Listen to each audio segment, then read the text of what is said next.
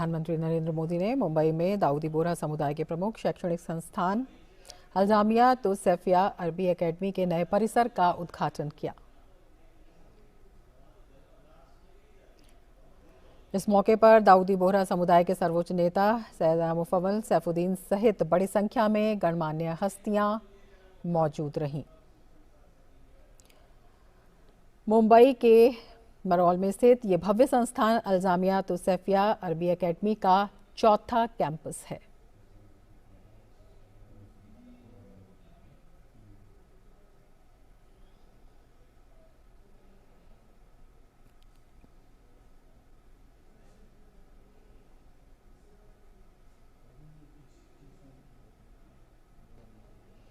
प्रधानमंत्री नरेंद्र मोदी ने मुंबई में दाऊदी बोहरा समुदाय के प्रमुख शैक्षणिक संस्थान अल-जामिया तुसैफिया अरबी एकेडमी के नए परिसर का उद्घाटन किया और इस अवसर पर दाऊदी बोहरा समुदाय के सर्वोच्च नेता सैयदा मुफव्वल सैफुद्दीन सहित बड़ी संख्या में गणमान्य हस्तियां मौजूद रहीं।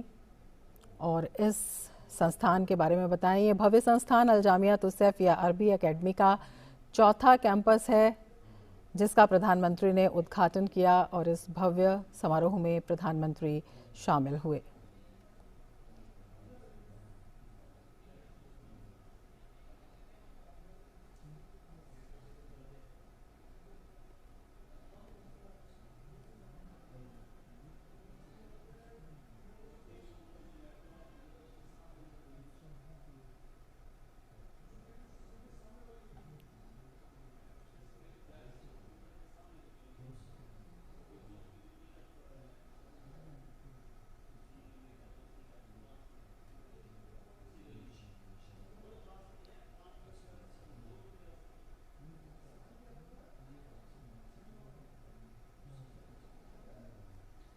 प्रधानमंत्री नरेंद्र मोदी का मुंबई दौरा। इस दौरे के दौरान प्रधानमंत्री ने दाऊदी बोहरा समुदाय के शैक्षणिक इंस्टीट्यूट कैंपस का भी उद्घाटन किया। ये चौथा बड़ा कैंपस है और प्रधानमंत्री यहां पर बोहरा समुदाय के लोगों के साथ भी मिले।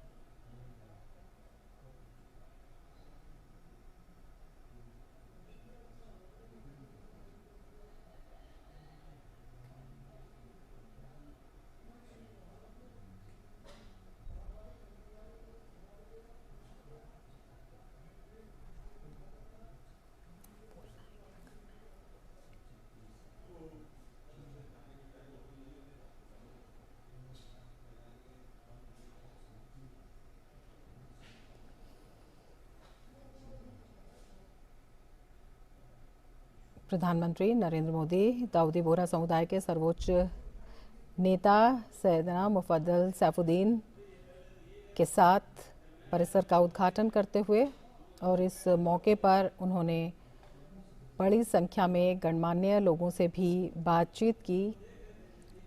ये संस्थान मुंबई के मरोल में स्थित है। ये भव्य संस्थान अल-जामिया तुसैफिया अरबी एकेडमी का चौथा कैंपस है।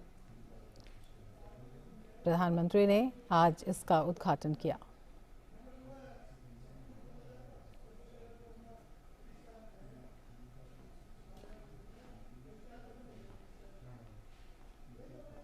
प्रधानमंत्री निरीक्षण करते हुए वहां पर ने बोहरा समुदाय को संबोधित किया था और ऐसा करने वाले वे देश के पहले प्रधानमंत्री।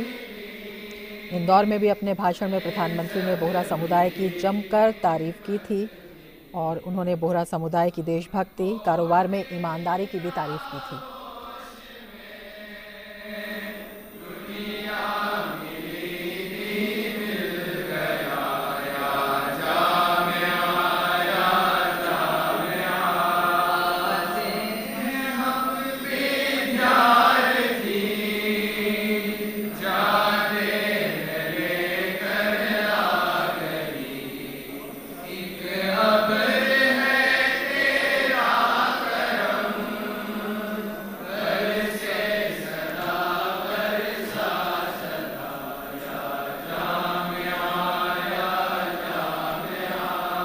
सगला सी गुजारिश है कि प्लीज़ अपनी जगहों पर बैठी जाइए।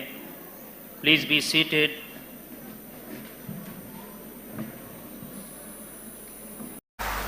साथियों, दाऊदी बोहरा समुदाय और मेरा रिश्ता कितना पुराना है, ये शायद ही कोई ऐसा होगा जिसको पता न हो। मैं दुनिया में कहीं पर भी गया, वो प्यार यानी एक प्रकार से बरसता रहता है। और मुझे तो, मैं हमेशा एक बात जरूर बताता हूं,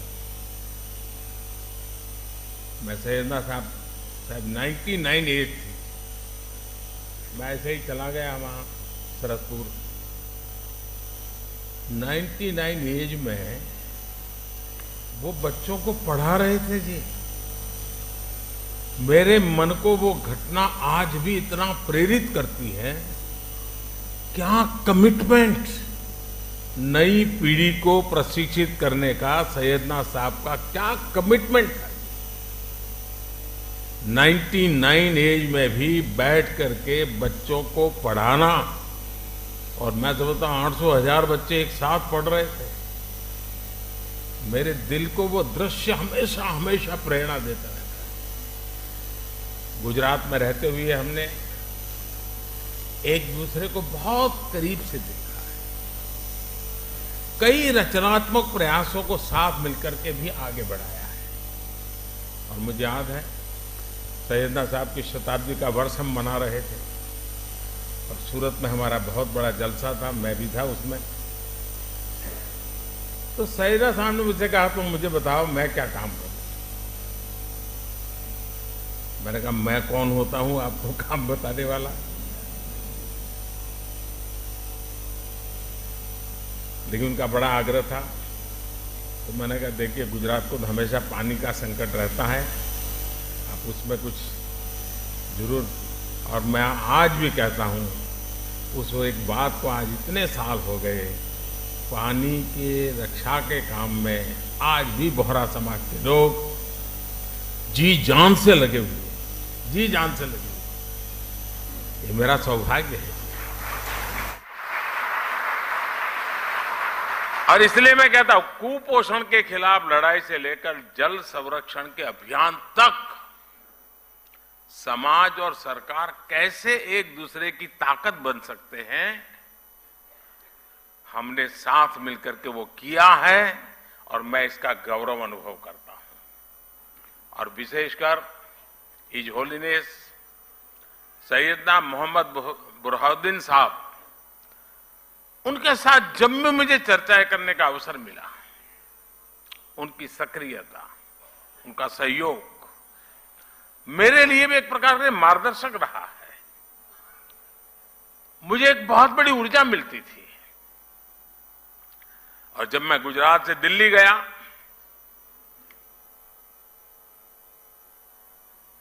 आपने गादी संभाली, वो प्यार आज भी बना हुआ है, वो सिलसिला चलता रहा। इंदौर के कार्यक्रम में his holiness doctor Syedna Mufaddal Saifuddin साहब और आप सब ने अपना जो स्नेह मुझे दिया था, वो मेरे लिए बहुत अनमोल है। साथियों, मैं देश ही नहीं, जैसा मैंने कहा, विदेश में भी कहीं जाता हूं तो मेरे बोहरा भाई बहन रात में अगर 2 बजे भी लैंड किया है तो 2-5 परिवार तो आए ही हैं एयरपोर्ट पे। मैं उनको कभी कहता हूं, इतनी ठंड में आप क्यों कष्ट उठाते? नहीं, बोले आप आए हैं तो बस हम आ गए। वो दुनिया के किसी भी कोने में क्यों ना हो, किसी भी देश में क्यों ना हो, उनके दिलों में भारत की चिंता और भारत के लिए प्रेम हमेशा दिखाई देता था।